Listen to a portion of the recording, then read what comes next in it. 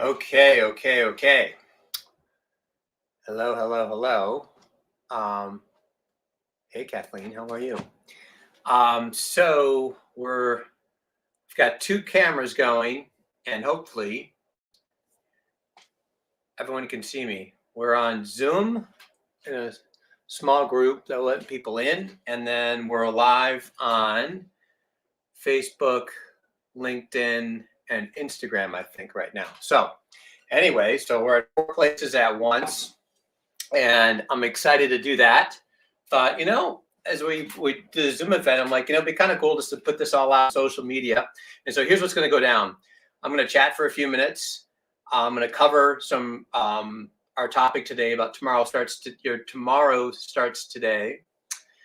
And then what else I'm going to do is for those people that are on Zoom, I'm going to end the broadcast on StreamYard, and then I'll be here to do any Q&A if anyone has any questions, because we promised that to the community. So those folks who signed up on the Zoom, we'll do some Q&A, and we should be good, and we'll be done in definitely under an hour.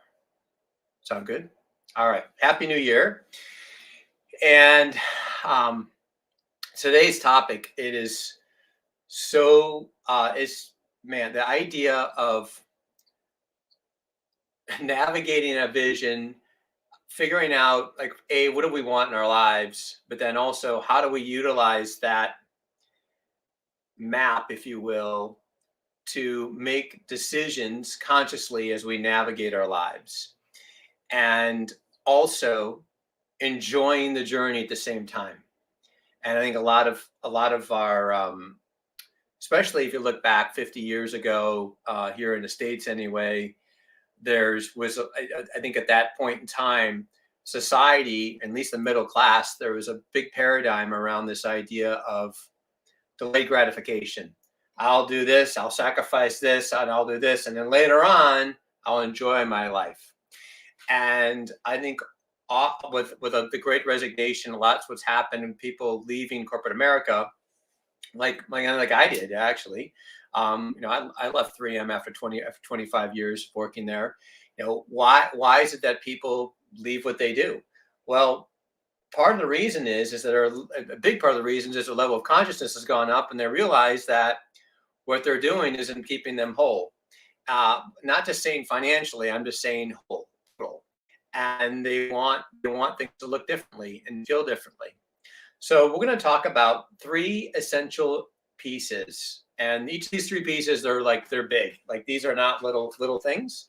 But what I also invite everyone here to is to get our vision workbook that I'm going to talk about as well today. There's no charge for this. It's something you can get for free. But in essence, what we're going to do is we're going to walk through these 3 central areas. And this is for anyone that is either in transition, like you're at a crossroads. I talked to a couple yesterday who own a business, and they're like, we're at a crossroads. We're trying to decide if we're going to go double this thing and then sell it now. But quite frankly, it owns us. We've built something that's amazing, but it's taking a piece of us with it. And we are not willing to continue to pay that level of a price. I've worked with people who did sell their business to try to figure out what to do next. But maybe someone's out there just watching like, hey, I just want a roadmap. Give me a roadmap. And regardless of where you are at transition, coming to a transition, or you're just on your merry way, a roadmap is essential. Having a compass. So the three core parts. The first one is I'm going to call centered living. Centered living. In essence, the first thing I do when I'm working with folks, or anyone in our team's working with someone, is that we want to restore balance back in their lives. Now, there's this whole idea of adage of saying balanced life, and what's that mean? And that's a very, it's kind of hard to grasp. I mean, what the hell is that? I don't know. And when you are and when you aren't. So I rather refer to as like, I like the term centered living. I want to live in a centered way. And to do that, the pieces are finding space, creating space in our world. If we don't have space in our world, like mentally, emotionally, physically have space, we're not going to be centered. Basically, then we're in a highly reactional mode. We're in a highly go, go, go, go, go mode. And I think that we want to understand that we are in control of the reality we're experiencing. Either typically people are in one or two camps. I'm in control of the reality I'm experiencing. I'll take the red pill, or I'll take the blue pill and I'll just sleepwalk through life, and life happens to me and I can't do anything about it. And it just is what it is. I'm not saying we can control everything, but we can control meaning, context, and our response to everything that happens 100%. And that's where we want to accept responsibility. So restoring balance in our lives, what's necessary to do that, to create this space, to create this stillness? Well, the first order of business when we're working with folks is that we help them figure out, like, how scheduled are they, and are they scheduling space in their day? Like, are you scheduling space in your day, or is, like, everything call the meeting to call the meeting to lunch to call the meeting? And what if you found a slot in your day to say, I'm going to spend 30 minutes, and it's space. It's space, maybe call it a ramp on to something, a ramp off to something. Could be meditation space. And I will say that we also teach meditation to all the people who work with us. If you're not into meditation, that's cool. Highly recommend it. You can start on guided meditation, like on something like Headspace or Calm. There's apps out there you can follow. But the fact of the matter is that we need to learn to get out of our heads. And for a lot of us, especially high achievers, our mind runs our lives. Our brain runs our lives. It doesn't stop. It just keeps going. And we got to, in essence, for lack of better terms, get it on a leash. And in order to get that brain on a leash, we need to learn to observe what's happening, A, and B, find space in between our thoughts. And that's really what the meditation's about. It's about not only reconnecting to ourselves and tuning into our own awareness, it's also getting out of our visual, auditory, kinesthetic, gustatory, all these five senses that we have. We're taking the world in. Well, it's for us to operate internally. And if you look to create a life that is built on purpose and meaning and joy and happiness and fulfillment, as we get into the second piece here, we're going to want to learn to drive our happiness, joy, peace, and fulfillment internally, not from the external realm. And we can't do that if we don't know how to connect inside. It's an inside job. So finding space, owning this idea of flow comes from creating space and stillness in our day. Meditation is the practice that I would highly recommend. And that's one order of business. The other thing about centered living is that I don't believe you can operate in a high level, in a state of flow, if you're not sleeping at night.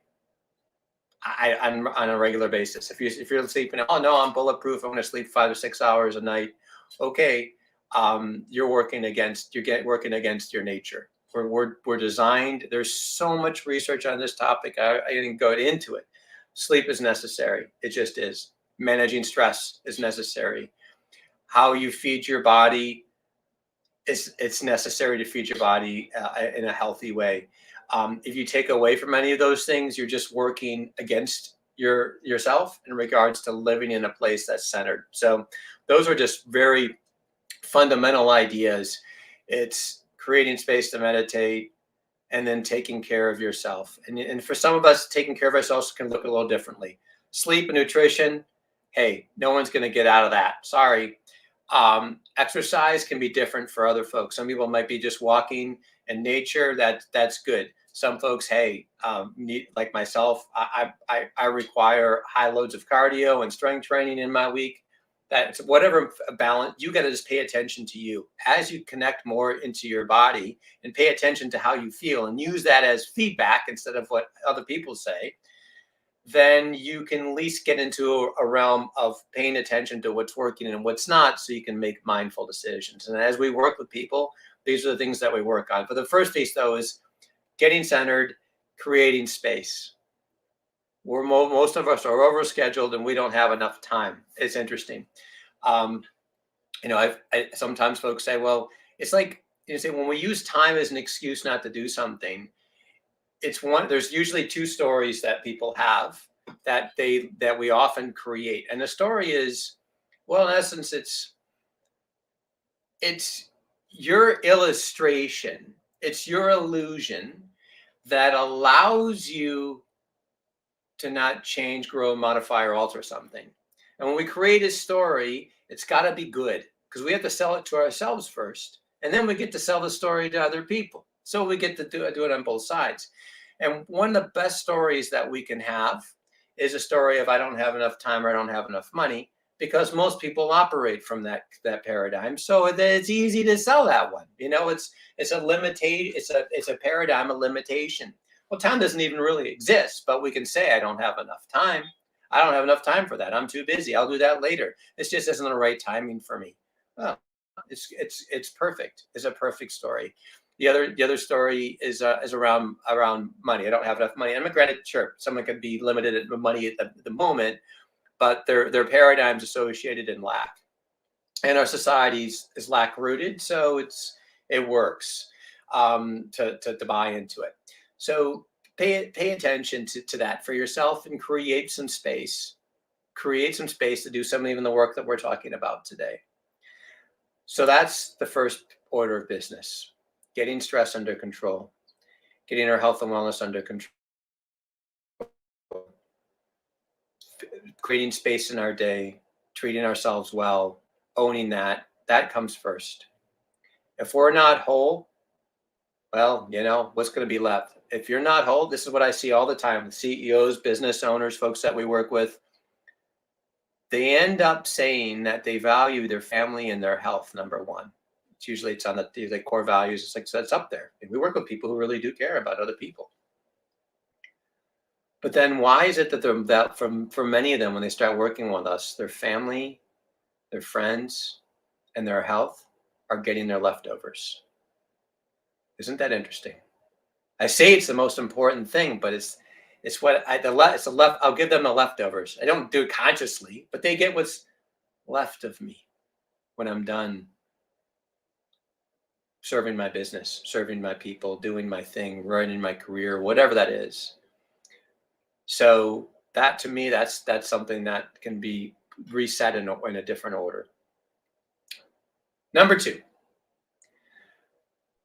I'm working on this, and these don't have to be like, you can do these all at once. Number two, connecting with our true selves. What the heck does that mean?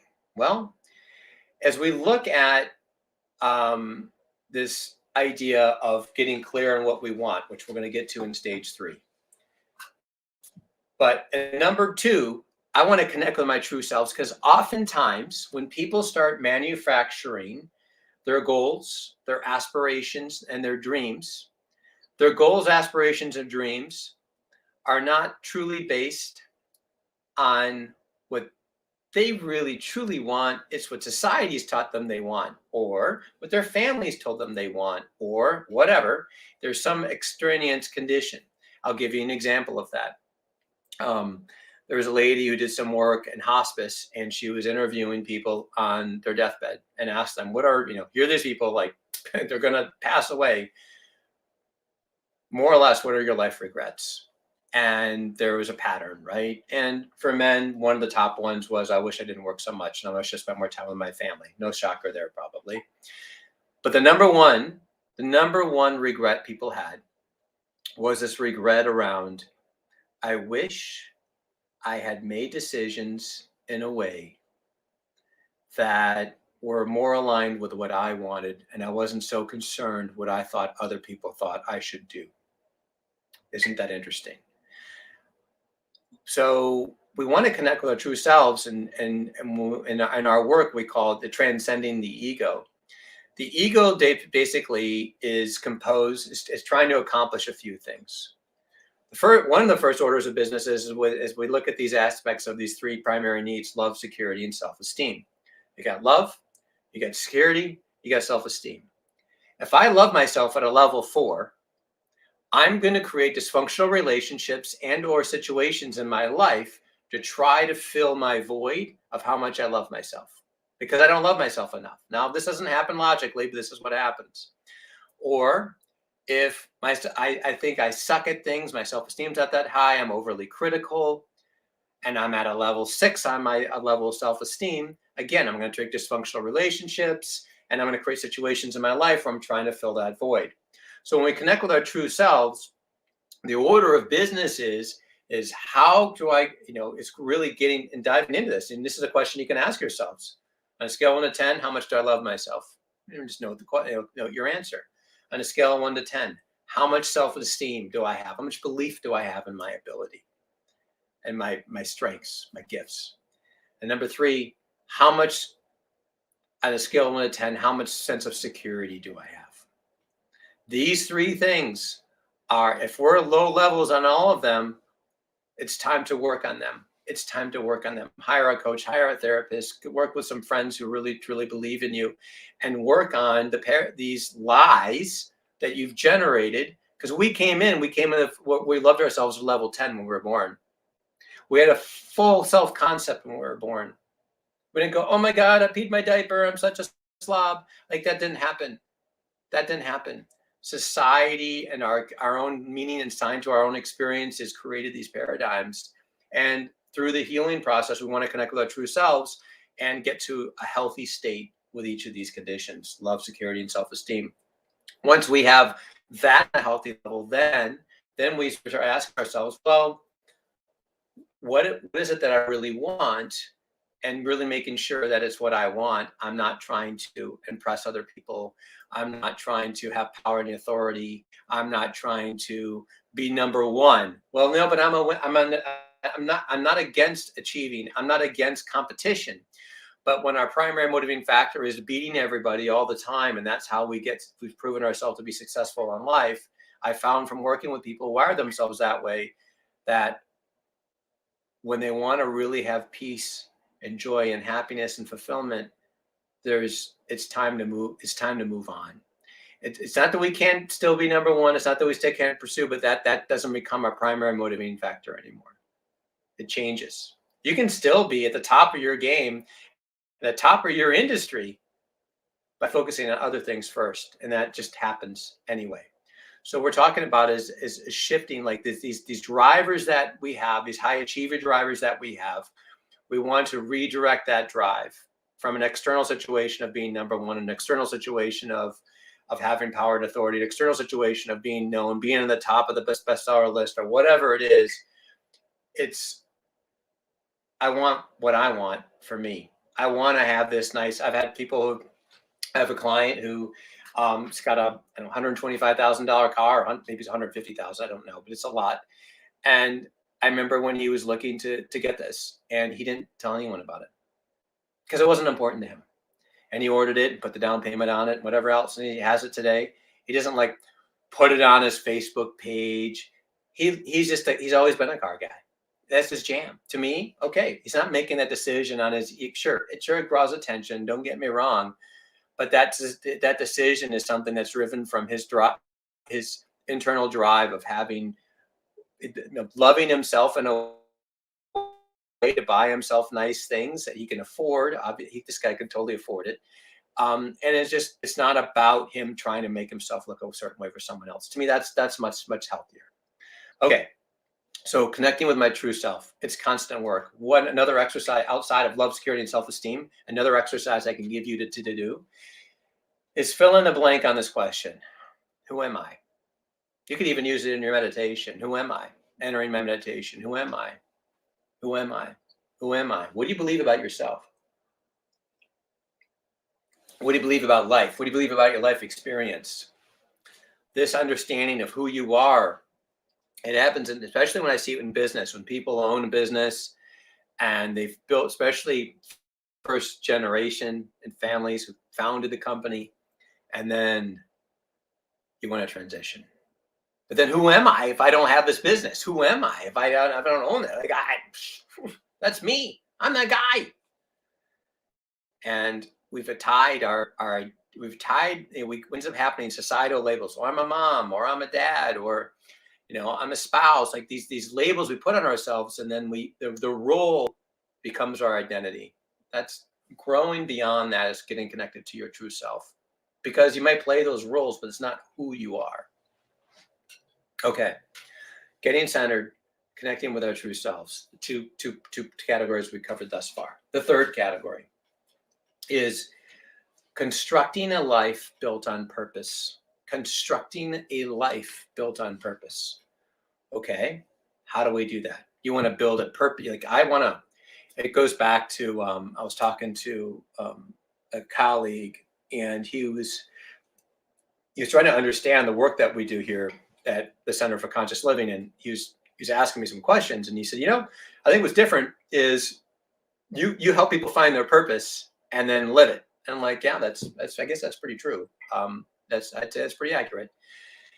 And he said, but you found a way to do that. And I'm like, I guess we have. I didn't think about it. And he goes, it goes back to, he said, there's a movie, City Slickers, I think is a movie with Billy Crystal and I can't remember who else was in it.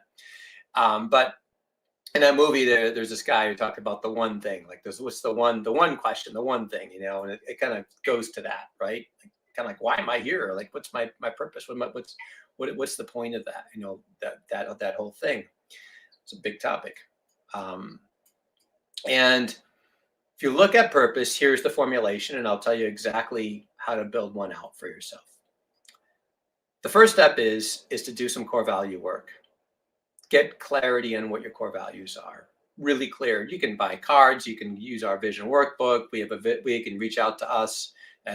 We can send you a survey that we use, and you just really dig into like what are the things that I want? If I had only three core values to navigate my life, what would they be? What would I want to keep in integrity? What am I not willing to compromise? And like for me, health and wellness and connection time with my family are in the top two. And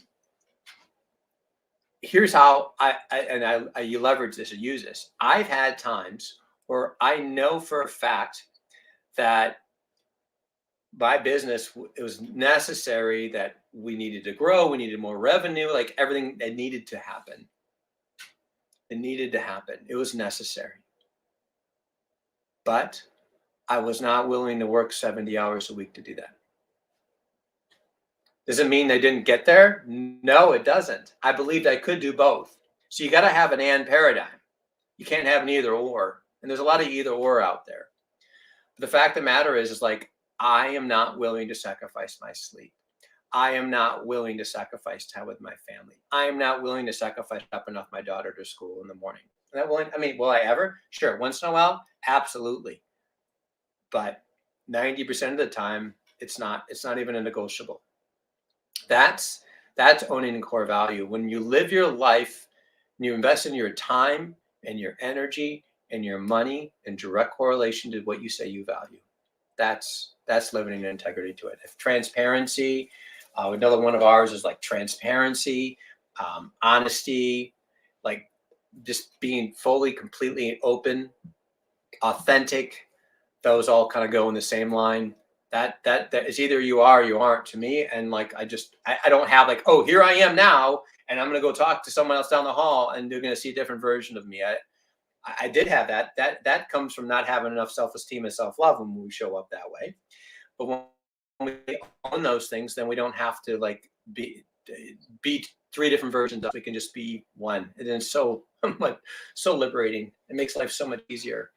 So with looking at building purpose, core values is number one, getting clear on those. Number two,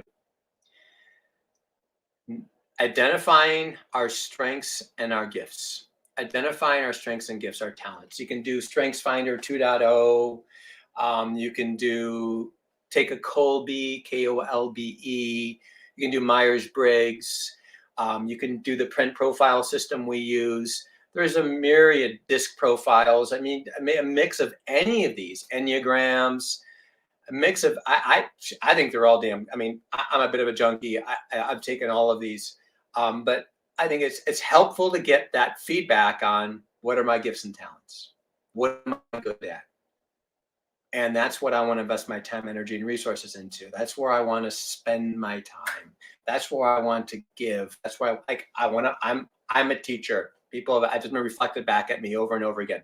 Okay, I'm here to help people alchemize and move to the next level. I'm here to help people transform. I'm here to help people see what's really truly holding them back, and reflect that back and show someone their blind spots. That those are my jams. So like I know that I should be spending majority of my time doing those things, and then I'm on purpose in my strengths set. In my strengths set, we should be leveraging 85% of our time and energy should be in the space of where we're masterful and where time stands still. If 85% of our time is not being spent on the space of where time stands still and where we're masterful, then it's time to audit that and figure out where we need to shift. Is it our role needs to modify? It could be a lot of things, right? But it's important that that happens, because then we're taking our gift and helping other people with it. That's what life is. A big part of what life's about. Why do we get serotonin hits, and why are we forming? Why is it that the chemistry in our brain is such that when we help other people and we do something for someone else, we feel good? It was set up that way. It was intentional. It wasn't an accident. So getting your strengths defined and living in alignment with those is one of the three ingredients. Core values, strengths defined, and now being applied and utilized. And the third is getting absolute ideal clarity in how you want to life to look 360. What do you mean by that? Well, we have a process that we go through, and it's called navigating the hierarchy of fulfillment. And the hierarchy of fulfillment basically is it's the elements of our lives that we get to live that drive our joy, peace, happiness. What we get to, the ride, if you will. The first on the continuum is spirituality. It's like basically it's our definition of who we are, the space in this world, what life's about. It's our agreement that we're all going to die. It could be your choice to believe that you're a soul having a human experience. I mean, these are all your choices. It could be religious, your practice, but that's the spirituality piece. I find is a massive frame and lens that everything else for most people gets. What your beliefs, even if you don't believe in anything, doesn't matter. That leads to everything else. Okay. Second one is health and well-being. So health and well-being. Okay. So you say, all right. So and again, we can, if anybody wants this, we can email this to you. Health and well-being is your health and wellness. I talked about that earlier. Then it's mental and emotional mastery, owning your emotions, owning your mindset. From there, it gets into loving relationships. Whoever it is that you're really investing time, energy, and effort to spending time with, whatever that looks like for you. And then it's social, which includes family, friends, people that are close to us. And then from there, it's the experiences and environment. What kind of experiences we want to live? What kind of places do we want to travel? What kind of things do we want to do? I mean, part of the reason I have this office here is because I wanted the experience of being able to sit out, look at the river in Exeter. I just really dig it. So I like that. It's important to me, having that experience. It grounds me. And also, this is also tied to environments, the type of environment I want to be in. Environment is like your home, your car. Do you have artwork? Do you have things that just really speak to you, and just whatever that is? And then it gets into financial and business and financial. And then the last piece is transcendence. Each of these categories, you say, well, gee, business financial came later. Yeah, it does, because the business is the vehicle that hopefully you get to use your gifts in your career, but also it's the driver for everything underneath. It's like, well, all this stuff might cost time, money, and energy. So let's figure out what that is, but we want to complete it. So each of these categories, through our process, what we go through is, what's that look like? Okay, how do I define it? How do I define it? What do I see when I think about loving relationships? What's that look like for me? What are my beliefs around loving relationships? What are my beliefs around it? That's where our blind spots are held. If I believe that the older I got, the more my body would break down over time, if that was my paradigm, then I might act a lot differently than my paradigm of I cannot control my chronological age. Every year, my chronological age goes up, but my biological age does not have to. That's my paradigm. I'm like, I don't, I know I can do things that don't allow my body, that basically keep my body strong and help my immunity stay strong, lower stress, and optimize my longevity. I believe I have some control of that. So that's a belief. You don't have to have that belief, but that's one I choose.